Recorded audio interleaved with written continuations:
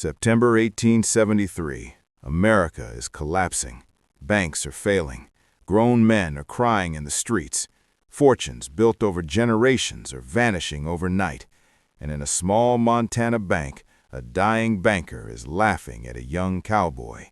The cowboy just handed over $500 cash. In exchange, he received a stack of paper, IOUs, debts that everyone knows will never be collected. $50,000 worth of promises from broke ranchers who can't pay. The banker thinks he just robbed this cowboy blind. $500 for worthless paper. What an idiot. But here's the thing. That cowboy wasn't an idiot. He was a genius.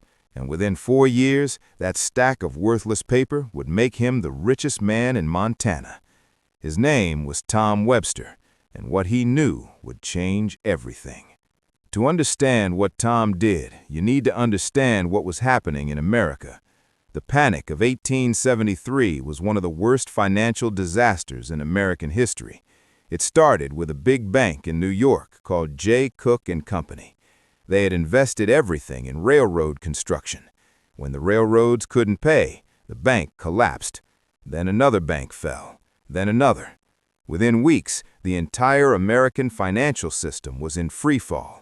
Banks stopped lending. Businesses couldn't get cash. Companies went bankrupt by the hundreds. And out in Montana Territory, it was apocalypse. Every rancher had borrowed money to buy cattle and land. Now the banks wanted their money back, but cattle prices had crashed. Land was worthless.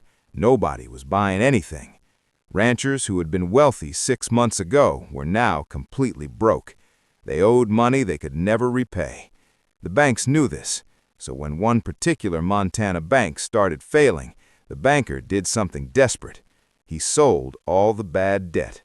Every IOU, every loan, every promise, $50,000 worth of uncollectible paper.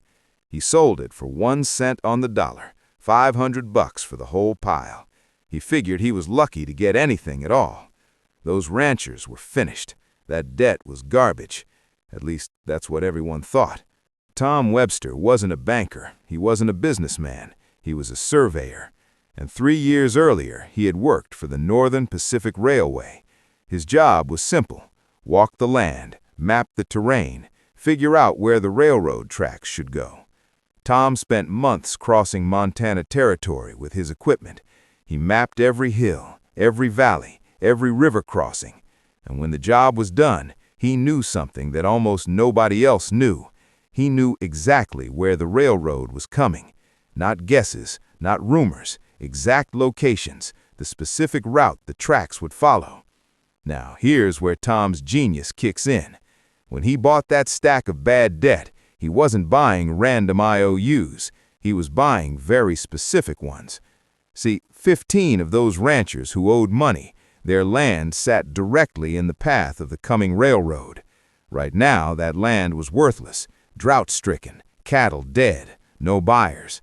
But when the railroad arrived, that same land would be priceless. The railroad needed it for stations, for depots, for water stops, for town sites. Tom didn't just buy a debt, he bought leverage. He owned the IOUs on land the railroad would have to purchase. But he didn't go collect that debt. That's what a normal person would do. Tom did something smarter. Tom visited each rancher personally. He made them an offer that sounded crazy. Work off your debt. 1 day of labor equals $10 forgiven. The ranchers couldn't believe it. This stranger was letting them keep their land in exchange for work? What's the catch? There was no catch. Tom put them to work improving their own property, building roads, clearing paths, constructing fences, making the land look valuable. The ranchers thought they were just working off debt. Tom knew they were preparing for buyers. 2 years later, the Northern Pacific arrived, just like Tom knew it would. And suddenly, railroad executives needed that land, needed it badly. But they couldn't just buy it from the ranchers. Tom held liens on everything. He owned their debt, so the railroad had to negotiate with Tom. Tom didn't squeeze them. He played it smart. He negotiated on behalf of the ranchers, got them top dollar. $2 million total for all 15 properties. Tom took his original $50,000 in debt repayment, plus a 25% commission for negotiating. $550,000 from a $500 investment. But here's what made Tom Webster different from every other crisis investor. He didn't crush the people who owed him money. He made them rich, too. Every single rancher walked away with more than they would have gotten alone. Tom turned debtors into partners, enemies into allies. He understood something most people never learn.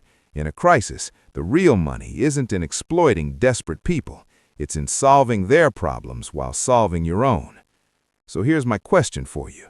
Right now, somewhere in the economy, there's worthless paper that won't be worthless for long. There's a crisis that's actually an opportunity in disguise. The question is, do you have the vision to see it and the guts to act on it? Drop your thoughts in the comments and subscribe for more stories of cowboys who saw what nobody else could see.